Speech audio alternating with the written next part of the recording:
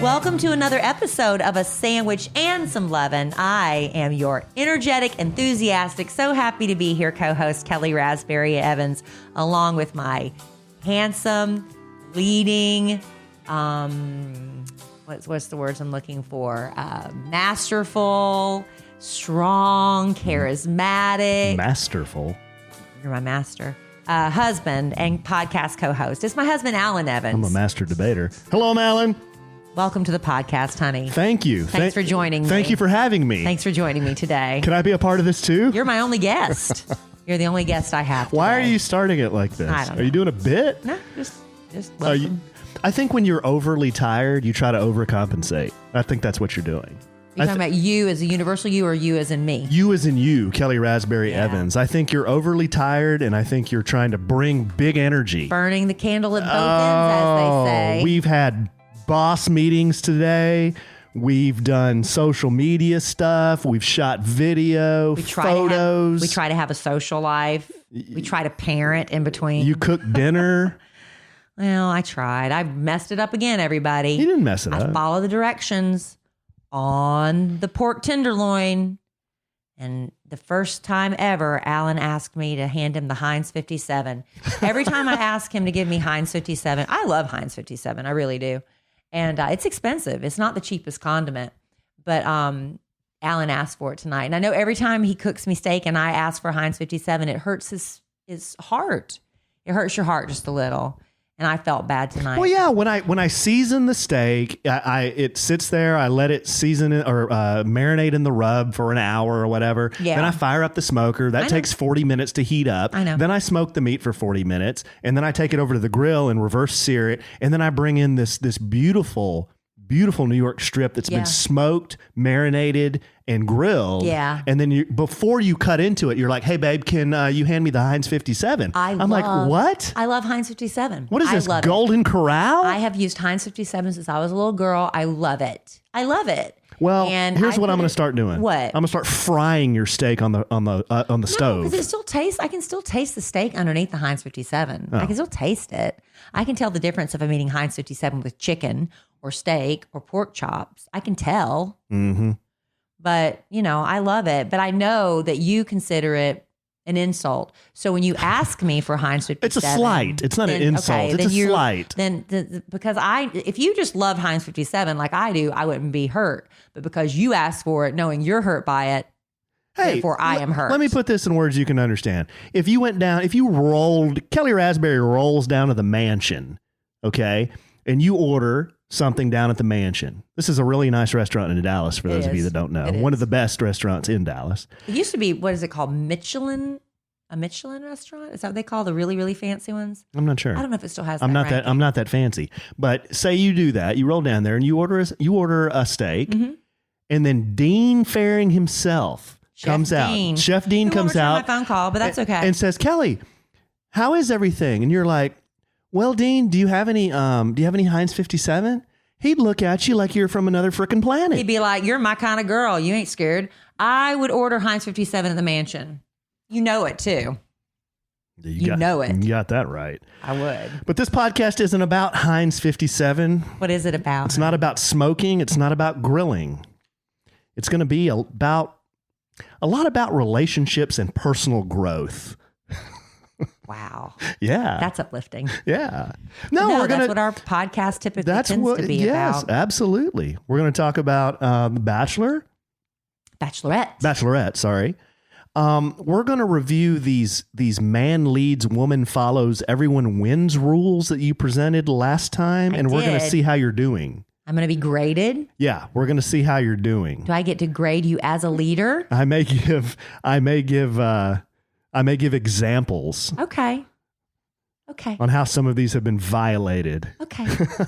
And I'll accept them with love as they are intended. I'm kidding. We'll probably. No, I accept your criticisms. There'll be no criticism. Criticism is not always a negative thing. Sometimes it's loving criticism that helps you improve yourself as a partner and a spouse. You know what phrase I've always hated? What? Constructive criticism. Well, That's true. just a nice way of somebody saying, you know what? I'm going to pick at your ass now. No, it's not. It's a way I'm telling you this because I want you to do it better. Otherwise, it's just criticizing. You're picking at my ass, so I'll do it better. Well, not you. I'm saying somebody Yeah, who's but giving some- constructive criticism. Or you can just let them continue to do it wrong until they get fired or but something. why don't they call it constructive feedback Okay, well, it could be that. or just feedback? How about critiquing? Is critiquing easier than criticizing? See, to me, those are negative words. Critiquing? Critiquing, criticizing, Grading?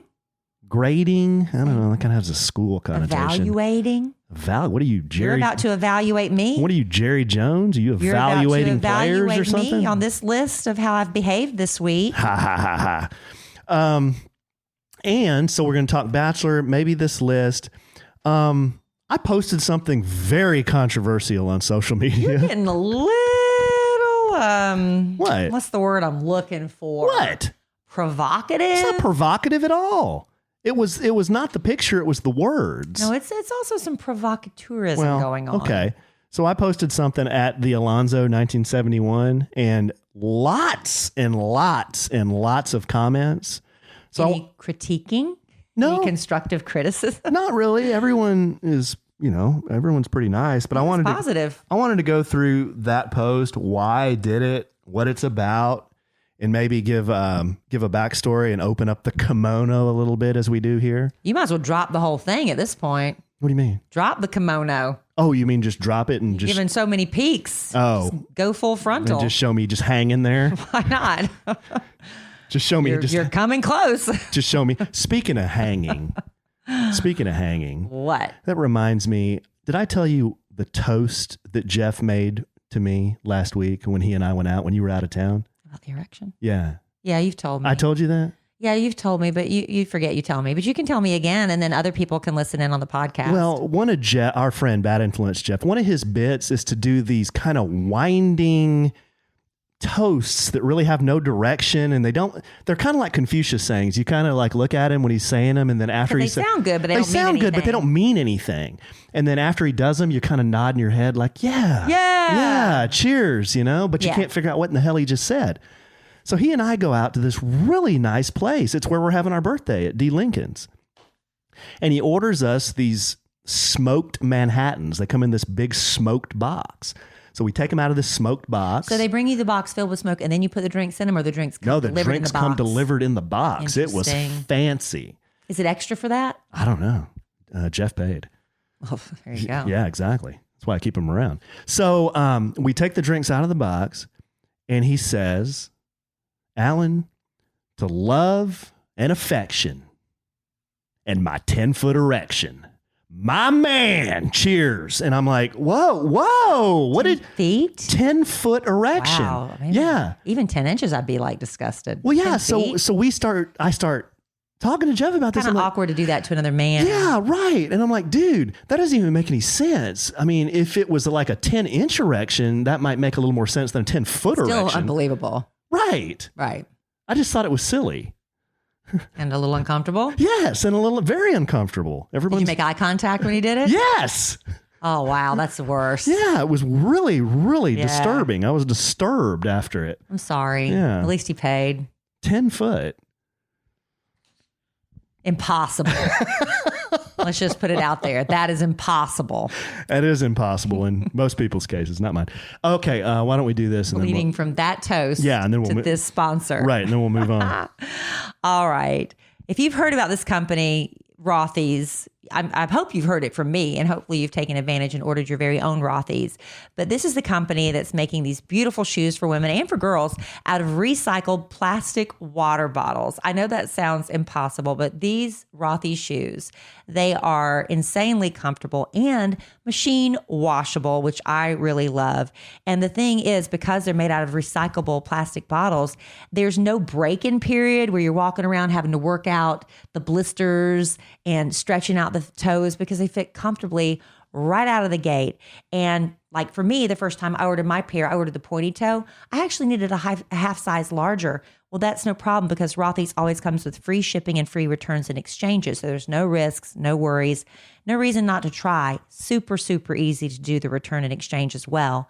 I chose the red camouflage pointy toe. Love it so much. My cousins, when I got home to South Carolina, they were all wearing the round toe flat, which I thought was super cute. And they're so versatile. They go with everything from yoga pants to dresses and skirts. You got to try them. They're good enough for Princess Meghan Markle and Kellie Raspberry and my cousins in South Carolina, Rothy's are good enough for you. Good enough for her. I'd wear them. Check out all the amazing styles available right now at rothys.com/sandwich. Go to rothys.com. That's rothys.com/sandwich to get your new favorite flats. Comfort, style, and sustainability. That's what we all care about. Good grief. These are the shoes you've been waiting for. Head to rothys.com/sandwich today. Thank you, Rothy's. Let's do Bachelorette talk, babe. And then you'll grade me. You're going to hold off on grading me? Well, I don't know. I think you're doing pretty well on these. We'll just go through You said you were going to give examples. Yeah, we'll go through them quickly. Well, we have to talk about The Bachelorette. I got some heat for some of my opinions, but that's the thing. It's about opinions. You can have differing opinions and still get along, right? Just have a calm and intelligent discourse. No name calling necessary. But Alan and I invited Bad Influence Jeff over to watch the finale of The Bachelorette. Jeff's a huge fan, and he kept tweeting me during the episodes. I said, finally, why don't you just come over and bring supper with you? So he did. That was nice. Food. That was very nice. But we liquored him up. So anyway, came over, and I had to live tweet during the event. So I wasn't the best hostess because I'm having to tweet and give my opinions. But I think it's more interesting to hear your opinion because you haven't watched all season. And basically what happened, we knew from the tabloids that Jed, who I kept calling Jeb, which pissed everybody off because I know a guy named Jeb. Then you should have done it more. Well, I don't purposely do it. I would type in Jeb sometimes because I know a guy named Jeb. So anyway, Jed, when he went on The Bachelorette, had a woman he was dating back home, and he had just told her he loved her. She told People magazine everything. She said, yeah, we were in the Bahamas or wherever they were on their beach vacation. He told me he loved me, that he was just going on the show to, further his music career. He's an aspiring musician in Nashville. And when he actually applied to be on the show, he hadn't even met this girl. So he applied for the show. They started dating for a couple months. He got the gig. They flew off to the beach. He said, I love you. And when he got to LA, he called her one more time, said, I love you. If I make it top 5, that's great, but I'm coming home to you and I won't be able to talk to you anymore. They take their phones. So that was the last she heard from him. And apparently, he was the one that Hannah picked. And and then when Hannah confronted him, because she saw the People magazine article like the rest of us did, he kind of fudged his way around it. He said, and I get what he was saying. He told her he loved her. He said, as soon as I said it, it felt wrong. And I think a lot of guys do that when they say they love you and they don't mean it, when they want to have sex with you. Whoa. When they feel like... You're not speaking from personal experience, No, but guys do say that, right? I don't know. That wouldn't be me. Okay, never even as a young person. A lot of teenage boys and stuff do that. And let's be honest. Didn't have sex as a teenage boy, sir. Well, I didn't either as a teenage boy. But that's because nobody wanted to have sex with me. I wasn't like that pristine, but nobody wanted me. So it made it really easy to be a prude. But these people are really fresh out of teenage years and young adults. They're still really mature. But basically his way of getting out of the relationship was just taking off for California. Anyway, she found out. He kind of lied about it. She dumped him. And then the next time she saw Tyler, who was my favorite from day one, she's like, let's go on a date. I'm like so over it already. So what did you think about the whole thing? I had a big problem with it. I have a big problem. Because you haven't watched the whole season. So you're kind of pick up bits and pieces from me. The deck is really stacked against the men in this thing and against the women in The Bachelor. Right. The woman, this is just my opinion. The woman in The Bachelorette can do and get away with things that she would not be able to do and get away with if she was just out on the dating scene. Right. I'll give you an example. Agreed. Screwing the guy in the lighthouse 4 times. And then telling it. And getting cheered. And right. Practically a standing ovation. Now, listen, I'm not saying what Jeb did was cool. He was Jed, whatever his name is. He did some pretty shady stuff. He should have been a lot more forthcoming with information. He should have told the truth. But a lot of guys in their early 20s, late teens and 20s, that's the way they do. But I just Doesn't make it right. I thought it was weird how the crowd was really getting on him and how she was kind of talking down to him, holier than thou, when she conducted herself in a certain way that if I was a guy and I knew that was going on, I'd probably call her on it or say, "Hey, what are you doing? I thought we were becoming close here, and you're having sex with this other guy." No, this is 2019, honey. You can't call out a woman for any behavior whatsoever because you will be labeled a slut shamer.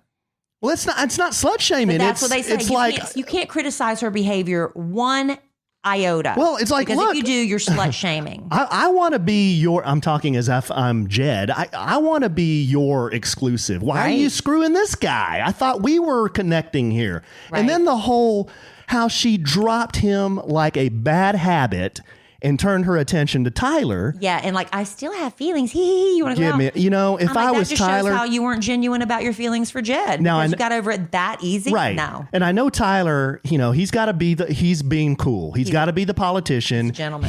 He's going to be a gentleman. He's a gentleman anyway. Yeah. But he ain't going to say anything bad about her. I get it. But if I was him, behind closed doors, I'd say, you know what?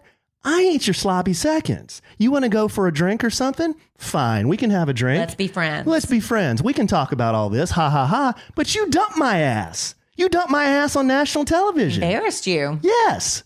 And that's how it really goes. The Bachelorette is so far from reality. That's why you have to kind of it's great entertainment. Don't get me wrong. I love it.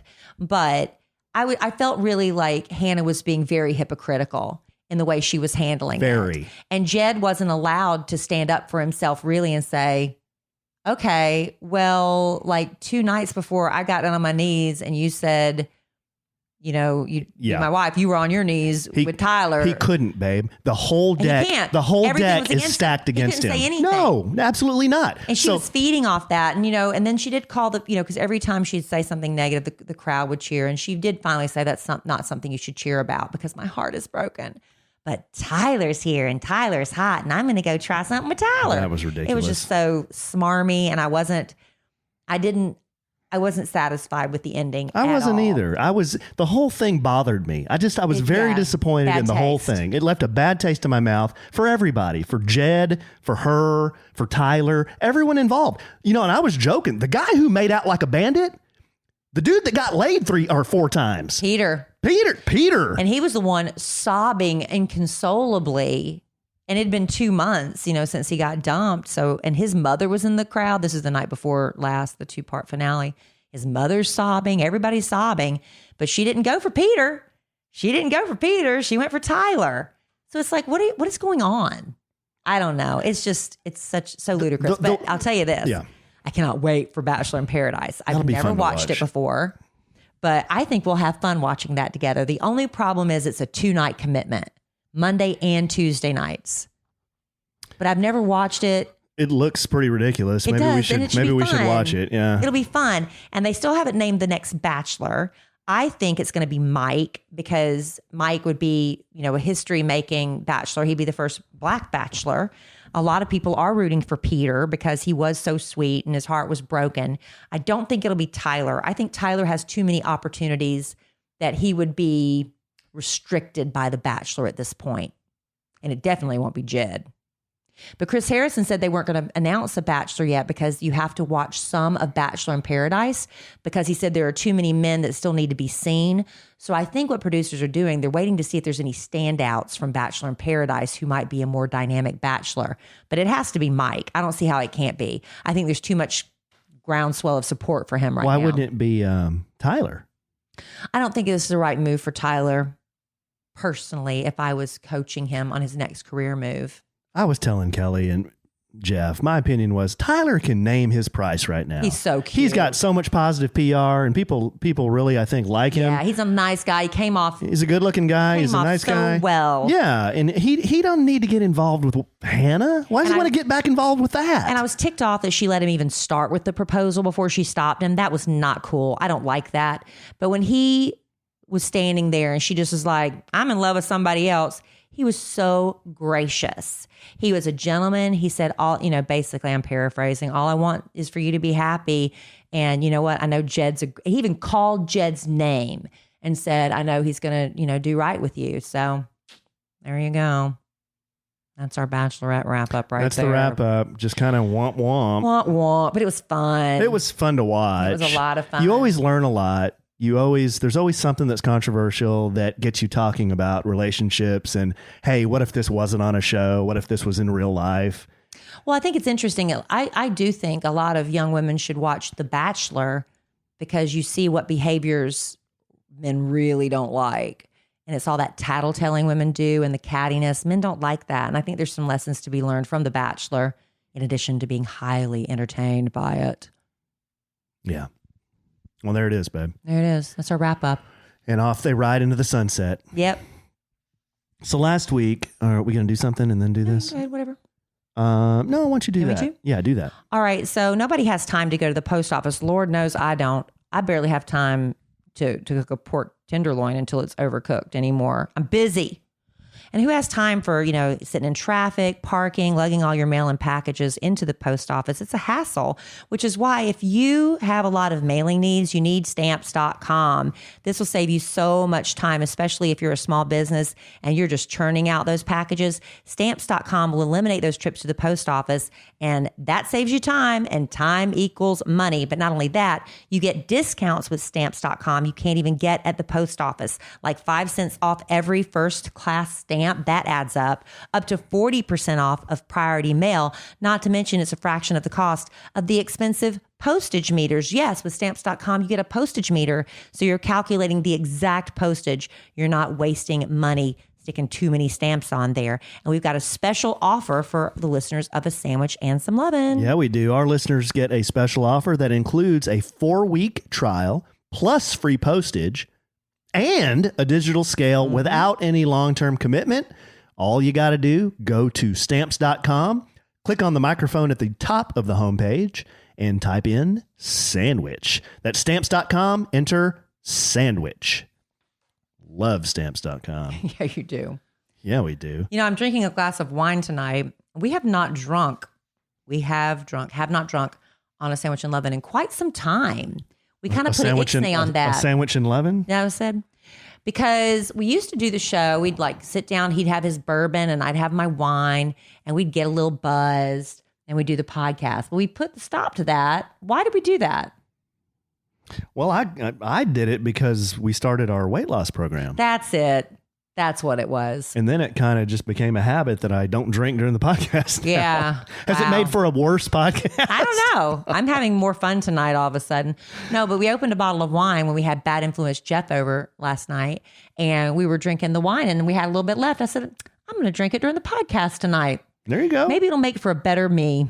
I like drinking wine. We drank a little bit. I had a glass last night while we were watching The Bachelorette. Alan's into Pinot Noir right now. It makes me so dang sleepy. It does. And after this, I'm going to go just collapse in the bed. I might just get naked and turn on the ceiling fan and just lay there. Whoa. Yeah.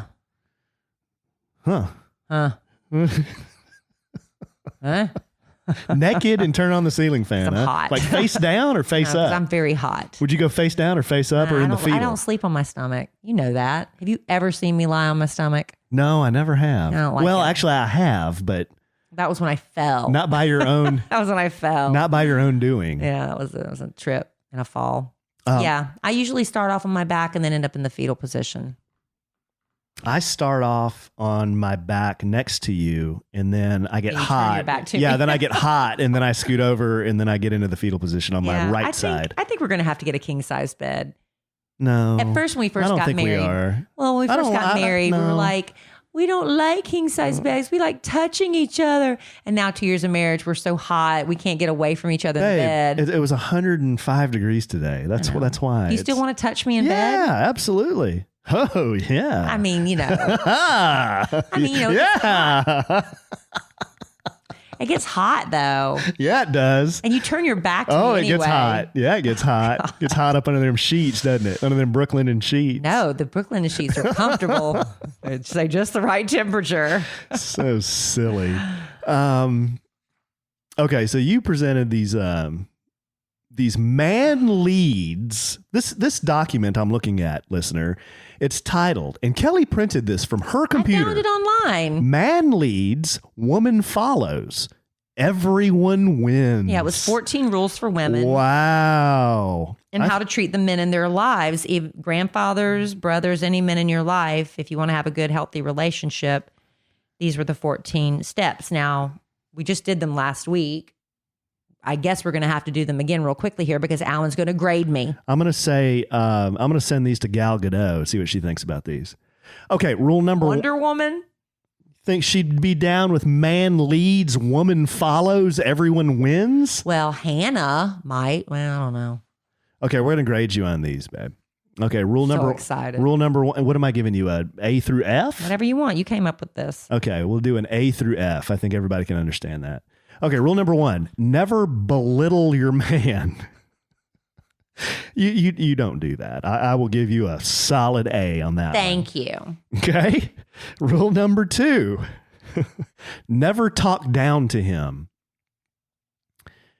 I can't think of a real solid example I have of you talking down to me.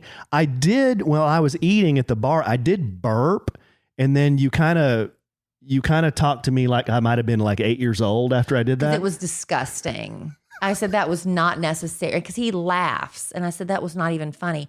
I was standing a solid 6 feet away and I could smell it. That's how vile and strong it was.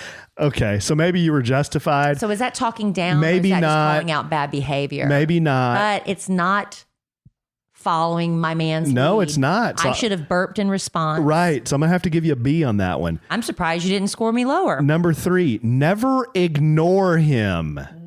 Okay. F.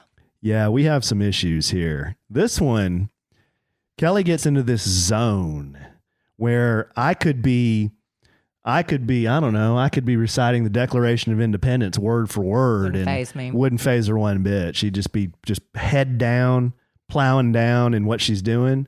But I have been very, very busy. You've been very busy. I'm sorry. So, but this is my thing. I told him, I said, if I'm in the middle of writing an email or doing something and you come in and start talking to me, that's not really fair either. If I have to say, excuse me or whatever, because I'm so focused on what I'm doing. Yeah. Right. Yeah. But if you're talking and suddenly in the middle of it, I'm like, then I start doing that. That's really rude. I'm not gonna give I'll you take an F a bad on it. one. No. I'll give you a B- on that one. Well, that's very kind of you. I'll give you a B- on that one. Never let him feel replaceable. You know, the only example I can give of this, and it doesn't bother me at all, but you know, I get that Tyler's a good-looking guy. Oh, phew. I mean, I get that. I thought you were going to say something else. I get that. I know. But I have gone on. You know, I mean, after the 50th time I've heard it, I mean, I get it. Well, even today, I think he's a good-looking guy. We had a lunch date with our girlfriend, a mutual friend today, and she brought it up before I did. She said, I think my husband's had it up to here with me talking about Tyler. I was like, oh, thank God, it's not just me. Yeah. There's just something about Tyler. Yeah. What am I? We're still going on about it. Making you feel replaceable. Okay. I thought you were going to say something about a AAA battery. Oh. I don't know. Do I need to check the drawer? Oh, so what do I get on that? I'll give you a B on that one. B? Never play down your need for him. Never play down your need for him. I mean, I can't give an example either way. I don't know that you've said I'm such an independent woman that I don't need your help with stuff. Yeah, you're fine. You're fine there. I'll give you an A. I ask you to help me all the time. Never cause him to feel embarrassed. You haven't done that in the last week. Not in the last week. I'll give you an A. Not in the last week. Or since the last podcast. Number 7, never look away or text while he's talking. F. Number 8, never manipulate him. But babe, we were in the car and we were driving somewhere and I was trying to answer some business stuff. Is that what you're talking about? My texting when you were... I talked the whole damn way down there. You didn't hear a word I said. You did not. Absolutely, I did. What were we talking about? I was telling you about my day and asking how your day was. Just flatline. So I was like, shit, I'll just turn up Alice in Chains. It's fine. Oh, no. All right. And you're not angry about it. I didn't even know. No, I know you didn't know. Number 8. Oh, no. Never manipulate him. No, you don't do that. That's A. Number 9, never boss him. You don't really do that either. A.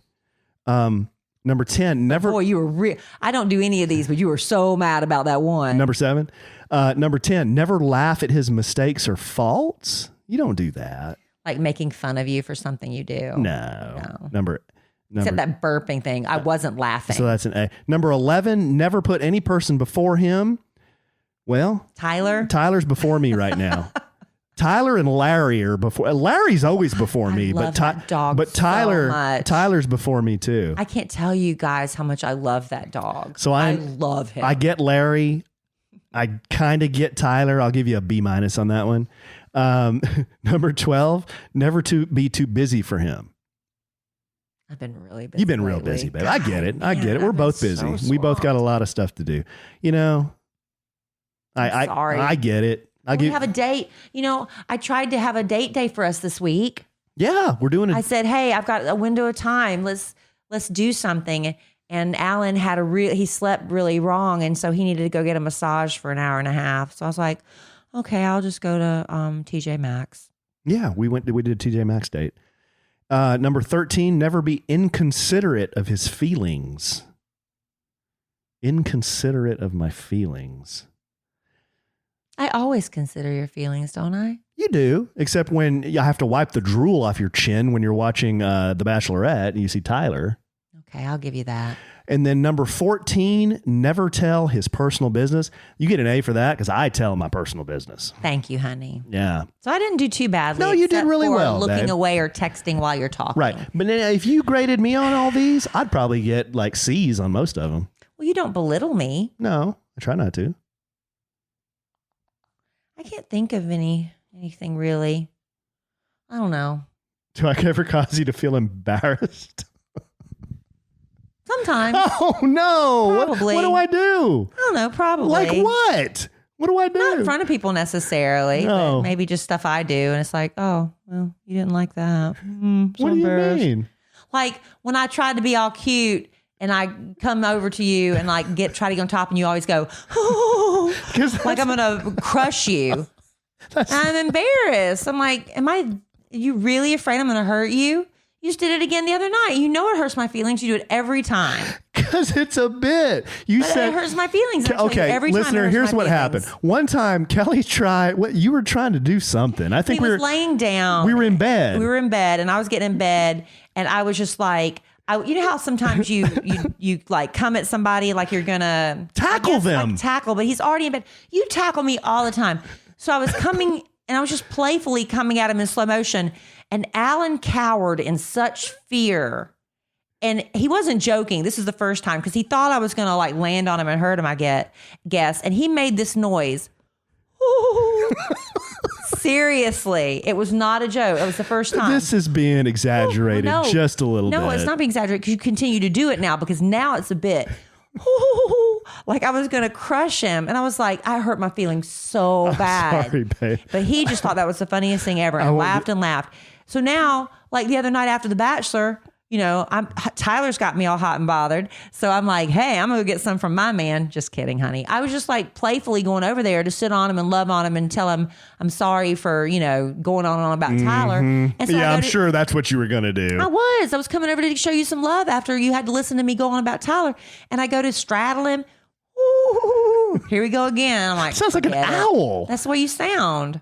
Like, it hurts my feelings. Like, I'm sorry, babe. Like, ooh, like that? And like I'm going to crush you. And you're like, no. I'm like, all right, well, there goes that little spontaneous moment. That is the most disturbing story I think you've ever told. And it involves you. Oh, gosh, babe. I got the giggles now. Oh, that's well, next time I straddle you, just don't make that noise. Okay.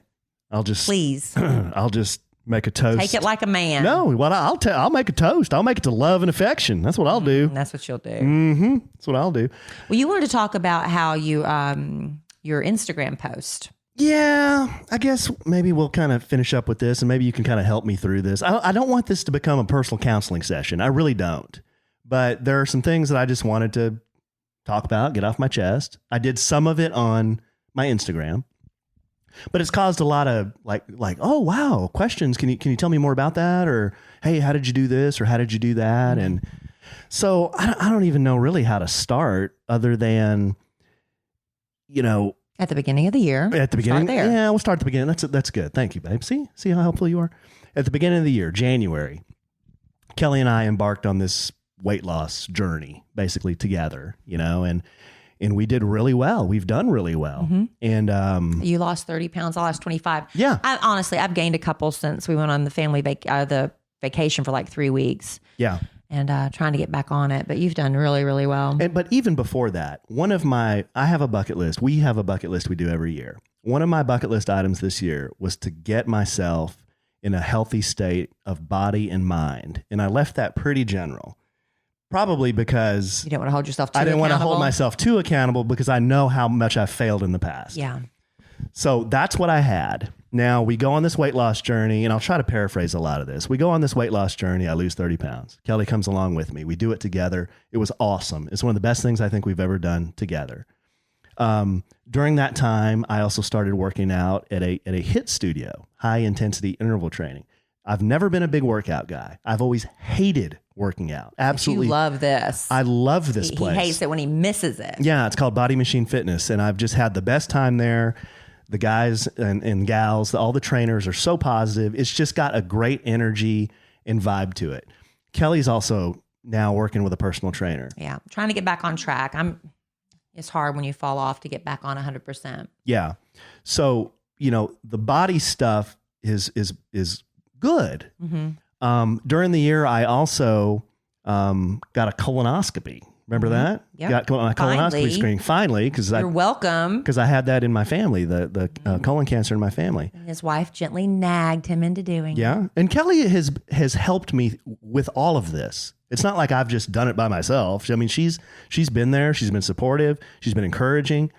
Also, I had a bad case of sleep apnea, and I had always had that my whole life, even before we met. In fact, when Kellie and I met, I was trying to do things to get rid of it. You had surgery. Yeah, I had surgery. Even as a single guy, I knew I couldn't sleep, and I knew I was waking up and I couldn't make it through the day, and it caused all kinds of health problems.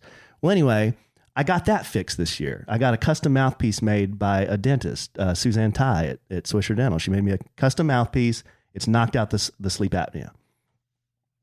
So I also added one other little tidbit of information in there, and I've been real kind of private about this for a long time. I knew I could make it through this without doing this. But how can I say this? Going back to let me go back to, let's say, 2008. It was a difficult time in my life. I'll just say that. I was finishing up 5 years of school to get my master's degree. I was working a lot. I was traveling a lot. And there was a big event that happened in my life, and it was a loss. And when that happened, I kind of spiraled down into this, it was a depression. And I went to a doctor and I said, these are the things I got going in my life. And I don't know why I feel the way I do, but I don't feel good. Yeah. I feel awful. And he asked me a bunch of questions and said, well, what about this, this, this, and this? And he diagnosed me as having depression. Yeah. And this was in 2008. And, I didn't know what to do. I didn't handle stress very well. I certainly didn't handle this big event that happened in my life very well. So he put me on antidepressants. Okay. And I dealt with that for 11 years until I remember when I found them. Yeah. You were so embarrassed. Yeah. Until January of this year. Yeah. And I tried to quit and get off of those things. It was hard. Yeah, it's very, very difficult. I could tell his personality would just change. It was very difficult. But I didn't want to get emotional doing this. Okay, honey, it's very helpful. Yeah, but I guess what I'm trying to convey is there was a time in my life where, boy, I was having a lot of problems. I just wasn't looking at myself and treating myself right. I wasn't making healthy choices. I was drinking on top of taking the antidepressants. And this particular one I was on, it just made me kind of flatline. Like, I didn't have many emotions. It's like Prozac for me. That's what Prozac did for me when I was on that. I was never happy. Right. I was never sad. Just always constant. I was never excited.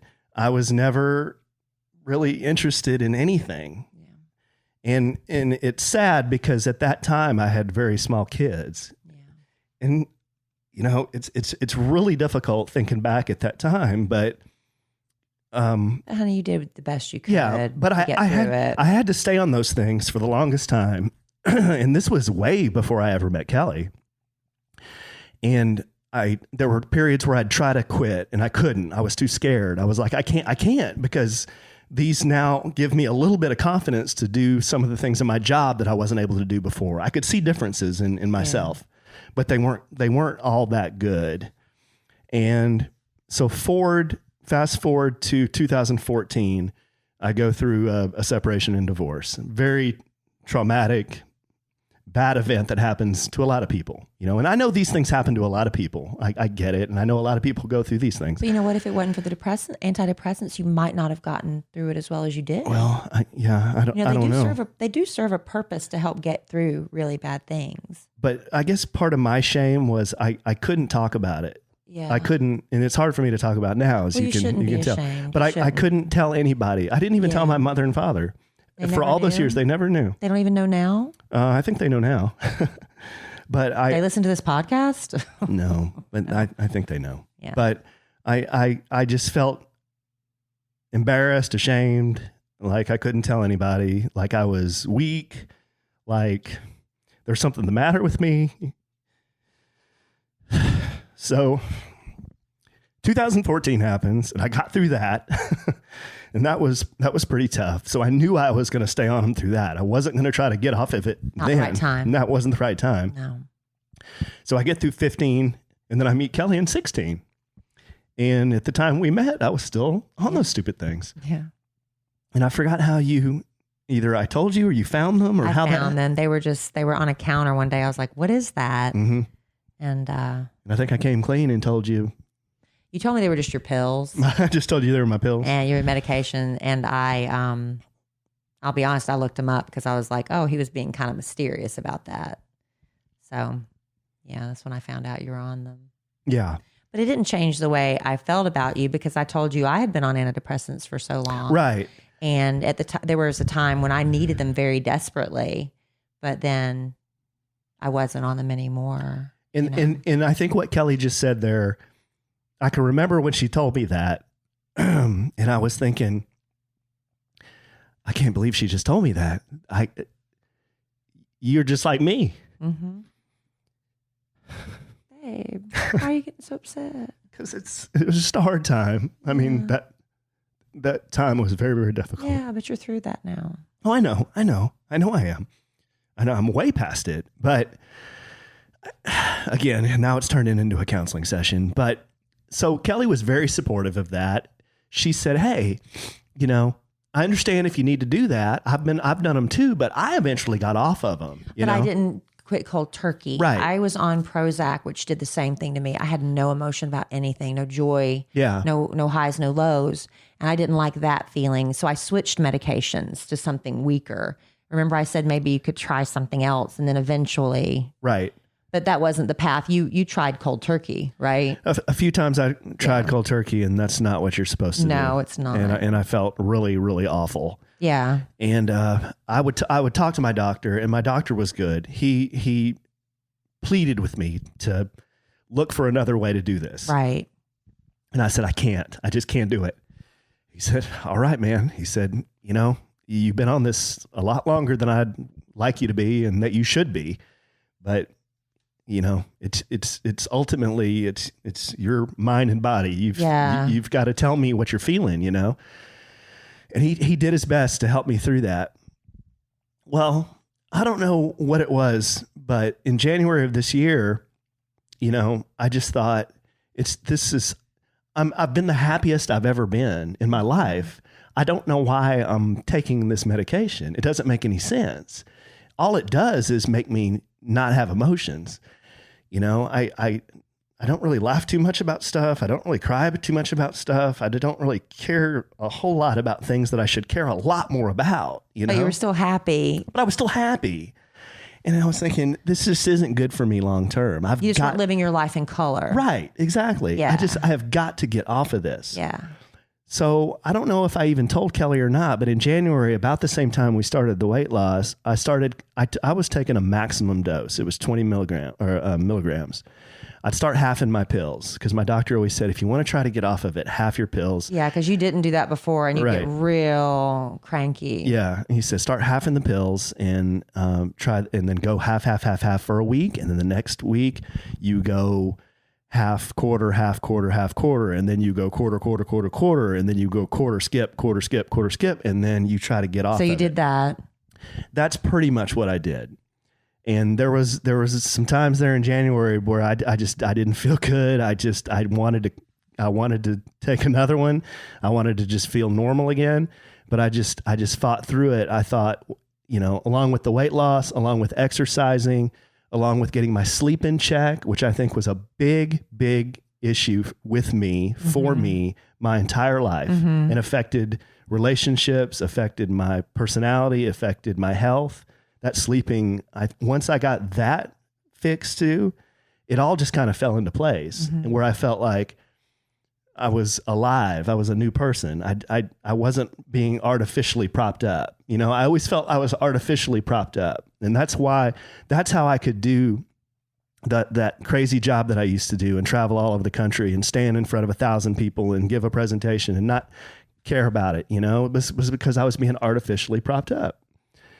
And so that was what I was trying to convey in the social media post. It's not, hey, look at me, look what I've done. It's more of, I know a lot of people deal with this. It's a pretty common problem. A lot of people have things they like this that they go through. There's something that happens in your life and you're just like, shit. I remember staring out the window, just shaking my head like, why am I here? What am I doing? Yeah. How can God let some of this happen? What is the point of this? Yeah. Right. And then just kind of spiraling down from there. Yeah. And then you get into a hole and you just can't get out. Babe, but you're out. Babe. You okay? I'm fine.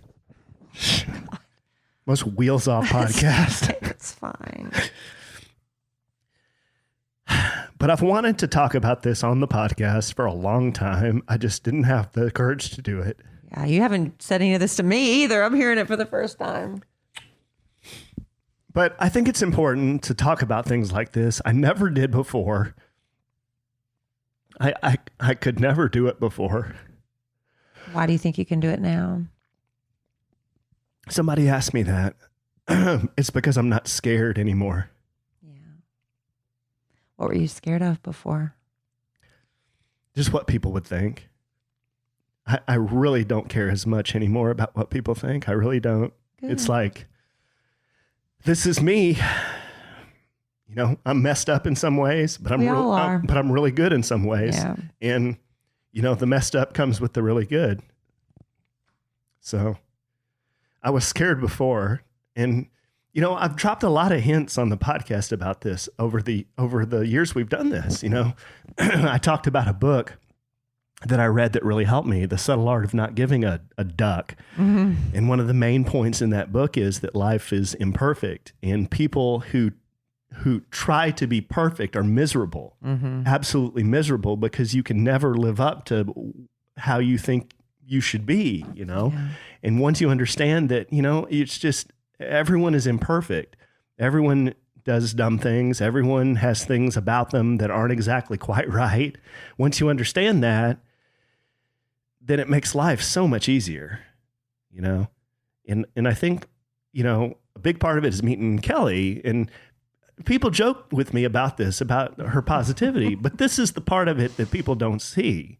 They don't see the, when I'm not my best, what she says to me, when I'm crying like a baby, how she helps me.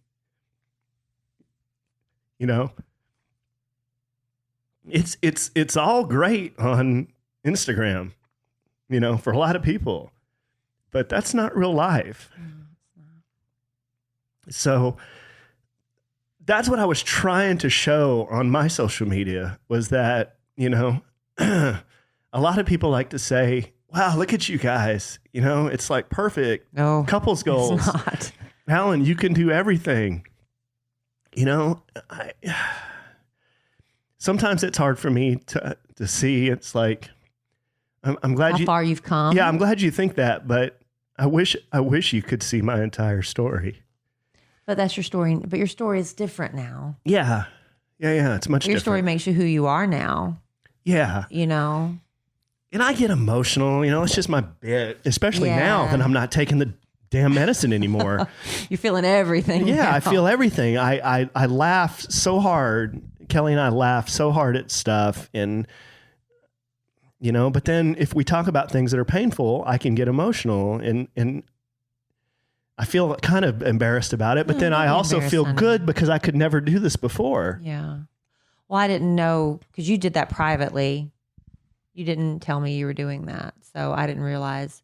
I kind of figured after a while, because you said something about being off them, but I didn't know you had gone through that process with the doctor. Why did you keep that private? Trying to get off of it? Yeah.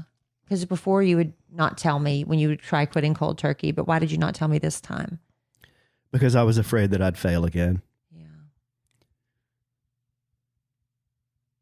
Yeah. That was it. Yeah, that's okay. I was just wondering why this time. Because I was afraid I couldn't do it. Yeah. But I got past it this time. How long have you been off of them? 7 months. Wow, Alan. Yeah. I started, in January. late December, early January. Yeah. And you do feel better. I feel much better. Yeah. I haven't felt. We've got a passion for different things that you didn't have before. It's like just everything you're doing, like turned up a notch. The working out, just like getting the house organized, just different projects. No, it's true. It's like you get these little projects and you just take, you get really passionate about things. Some people can't even get passionate enough to get dressed every day, but you get dressed with passion. You know what I mean? You do things with more emotion and energy now, I think. Yeah, you tend to care about things a little bit more when you have a clear mind. You have more of a vision for the future and excitement about that, I think. Yeah, and I want to sum this up on a positive note.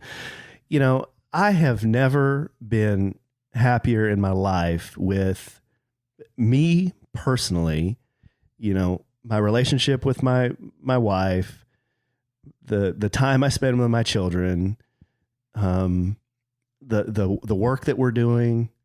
We've got a lot of cool things going on with our jobs and really cool stuff and business that Kelly and I are working on together that really we're gonna be talking more about as time goes on. It's everything to me has kind of come to this point to where I finally feel like you. I finally feel like me. Yeah. And I feel like, gosh, I wish I could have felt like this my whole life. But you know what? That's okay, because you went through that, gives you empathy for other people who are going through that.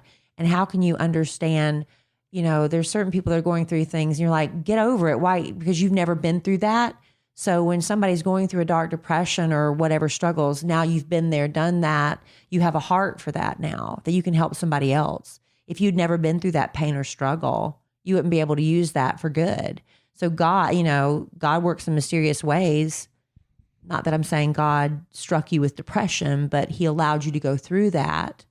And now that you've come through it, you can use that to help other people. You'll never know how many people you help by sharing that tonight, Yeah. And, but if I can get through the things that I got through, and also kick the medication and then get into a healthy spot in which I've got myself into now, it was just hard work and determination and it took me a long, long time, but I never gave up. Yeah. I wanted to give up a lot, but I always knew you gotta stop this at some point. You gotta get off of this at some point. I never quit. I never quit thinking that. Yeah. Even though I couldn't do it, I never quit thinking you're gonna do it. I'm just not ready to do it right now, you know? And for whatever reason, it just clicked in 2019. I put it on my bucket list. It sounds real cheesy, but I put it on my bucket list. And to me, those things that I write in my bucket list, those are things that I'm going to do before I die, preferably this year. Yeah, you do an annual one. Right. So once I wrote it down, I was holding myself personally accountable that, man, if you don't do this, you're going to be really disappointed with yourself. So do it, figure it out and do it. And I went back to what my doctor told me, and I hadn't seen him in a while. You know, I hadn't seen him in 2 or 3 months. And I just kind of thought back to all the times I had seen him, and he said, you know, here's what you need to do. And I just did it.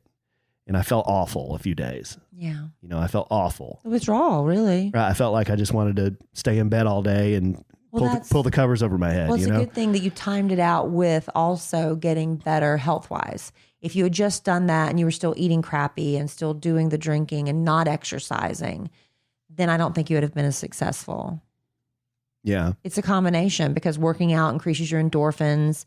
You were feeling more confident and getting excited about the weight loss, which gave you a positive boost that if you weren't doing those things and you were just coming off an antidepressant, you'd be like, I think that has a lot to do with it. I'm still looking in the mirror and I'm still not happy with what I see. I think that has a lot to do with it. It was a combination of all of it. Yeah.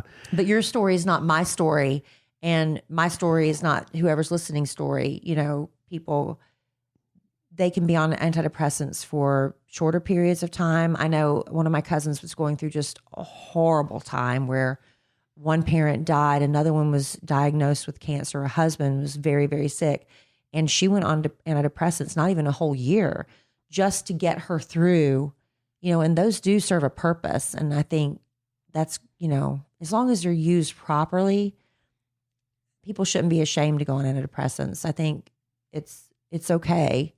But if it's just, as long as it doesn't become a crutch, because for not everybody, they don't need them long term. Yeah. That's between you and your doctor, right, and your spirit. You'll know. For me, it became a crutch. Yeah. For me, it became something that I was scared to not do it. So to me, that meant I was dependent on them to feel like me. Yeah. And I hated that. I absolutely hated that. Yeah.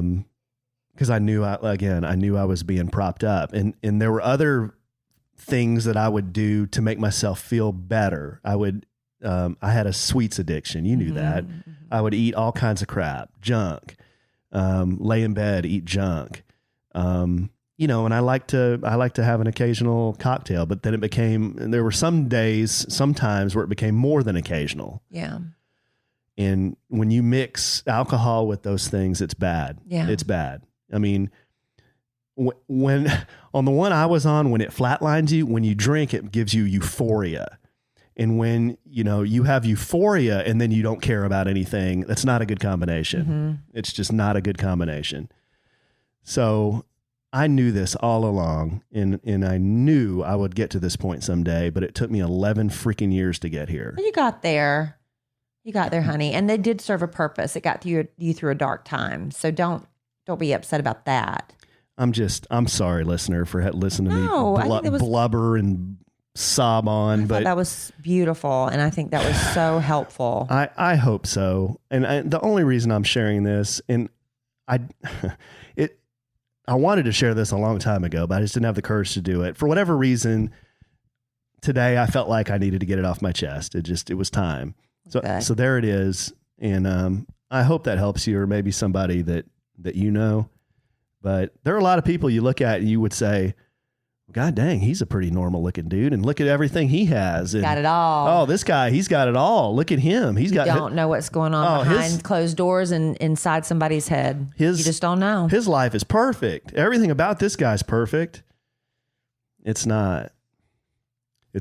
But, you know, I really, it's better. It's a lot better. And I really try not to look backwards. I've told Kellie that. You know that about me. I mean, yes. I try my best to live in the present and look towards the future. And There's some things that bother me about the past. That's what I've been working on you with a lot.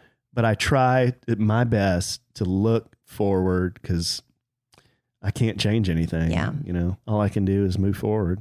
I think a lot of the root of my depression was feeling sorry for myself for some of the things that happened in the past and dwelling on them. But there was such a helpful quote that I read, and I'm going to paraphrase it right now. It's like, you can't help what happened to you as a child, but as an adult, you don't have to be controlled by those things. And once I learned some coping mechanisms as an adult, as a young adult, I didn't have the coping mechanisms. So the antidepressants did help me through a time when I was young and my emotions were a roller coaster. And when you're in your late teens and early 20s, you're thriving on the drama and stuff. I needed the medication to get through that period of my life. But then when I got older and I started getting stable and stopped feeling sorry for myself and blaming my past, dwelling on my past, then I was able to, I think for me, come off of them. So. Yeah. Well, everybody's different. Everybody's different. Everybody's story is different. Yeah, it really is. I really don't know what else to say. I'm just thank you if you've made it this long. Thank you for listening. And you did great, honey. I'm really proud of you. And you're getting ready to have a birthday, and you're going to be celebrating a new year. I guess that's another thing that kind of jumped me into doing it, is because I'll be 48 on Friday, and I was just thinking, man, I used to be the youngest in everything. You know, you're still the youngest in this marriage. But in school, I have an August birthday, so I was always the youngest. I was always the youngest in my class. I was the youngest on my team. Everything I did, I was the youngest. And it's not like that anymore. It's just weird. I don't know.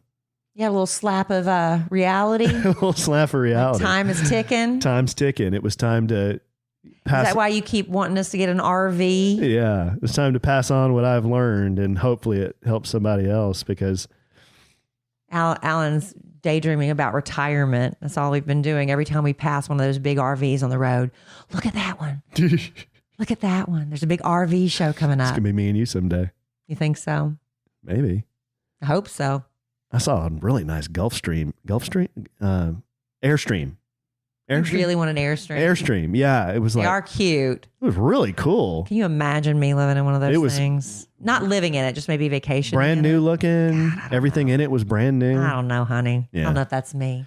Maybe someday. But it's really, I'm really glad you shared that story. And I know a lot of people are too. And you're probably going to hear from a lot of people you helped today. And we're going to have to wrap things up. Yeah. But before we do, I think it's good timing for us to talk about this brand new sponsor we have for the podcast. It's called Care Of. Care Of is a subscription service. It delivers vitamins and supplements that are customized for your specific health and your emotional needs. It's really a good thing for us to all get to a healthy routine, doing things that are healthy for our bodies, for our brains, for our mental and emotional health. And with Care Of, they have an online quiz. I took it myself. It lets you know exactly what you need. It asks you some helpful questions about what your concerns are. You know, what are you wanting to focus on? And you can take care. Do you have stress? Are you hurting in the sleep department? Do you need more energy? Do you just need help with life in general? You can find the right vitamins, the protein, and more that are just personalized for you. It's a real quick, less than 5-minute quiz is all it took me. And at the end of it, I was able to find out the vitamins I need for my personal Kellie Raspberry Evans specific needs. B complex for my hair. I'm feeling burned out. It had a couple of supplements I cannot pronounce for that. Memory loss. Short-term memory loss is a problem in my family. I wanted to conquer that. Magnesium to help with my sleep. Probiotics because I'm having trouble pooping. These are, seriously, Alan, personalized for you.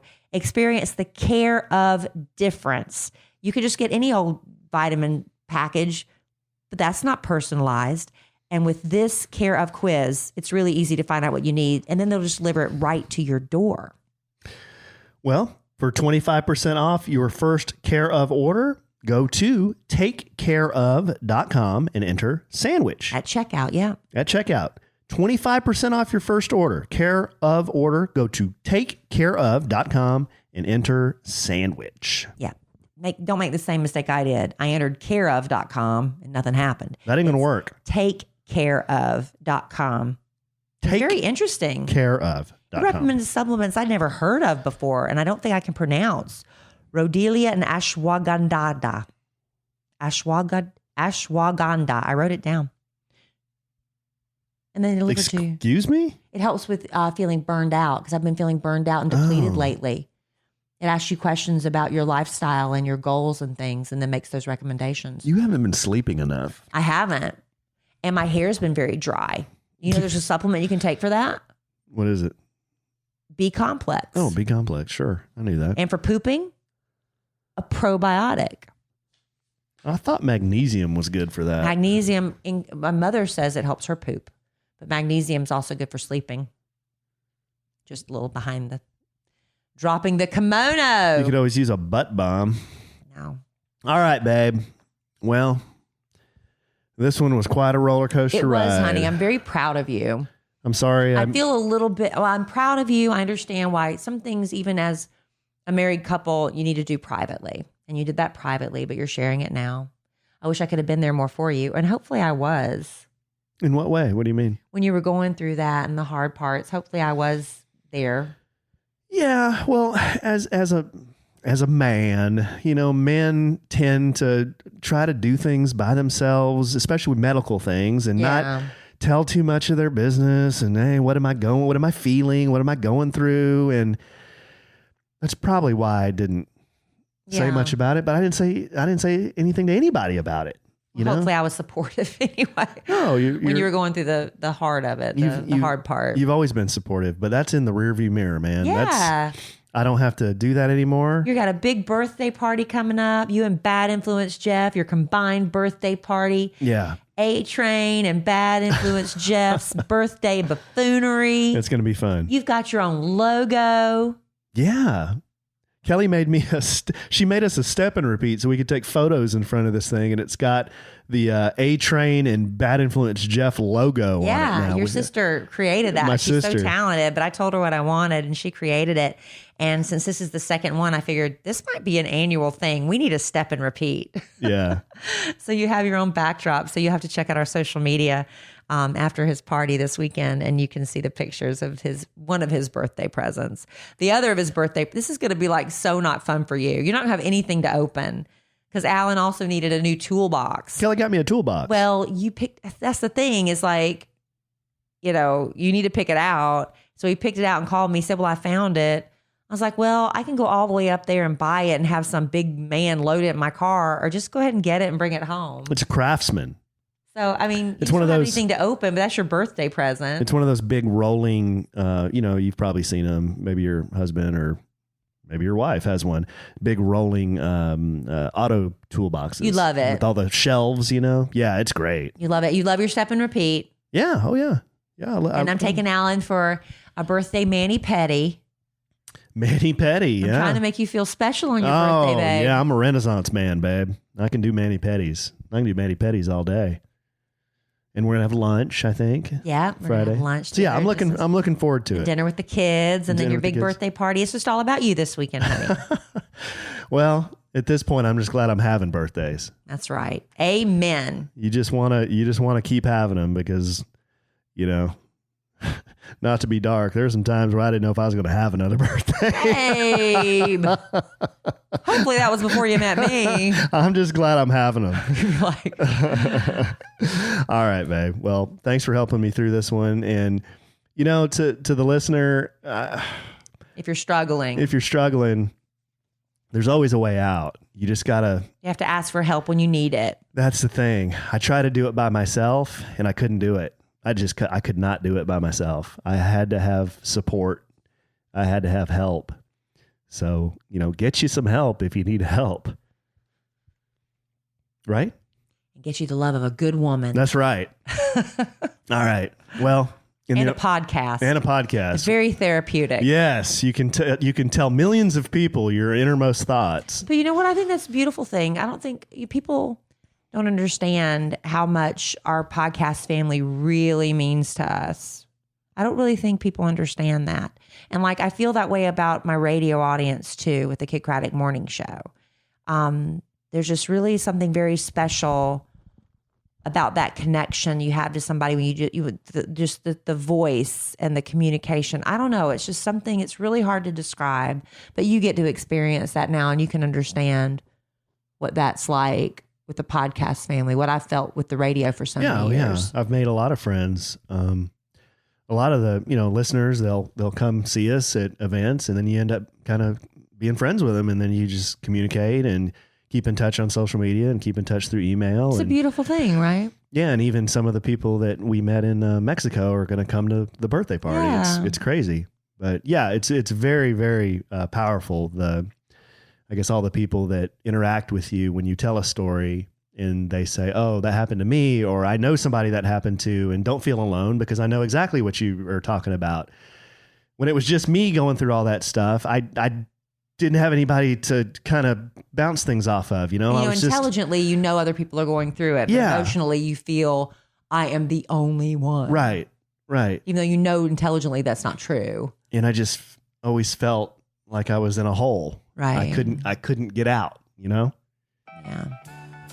Don't start again. I'm not. Honey. I'm fine. Don't start again. I'm fine. It's okay. We're gonna go snuggle.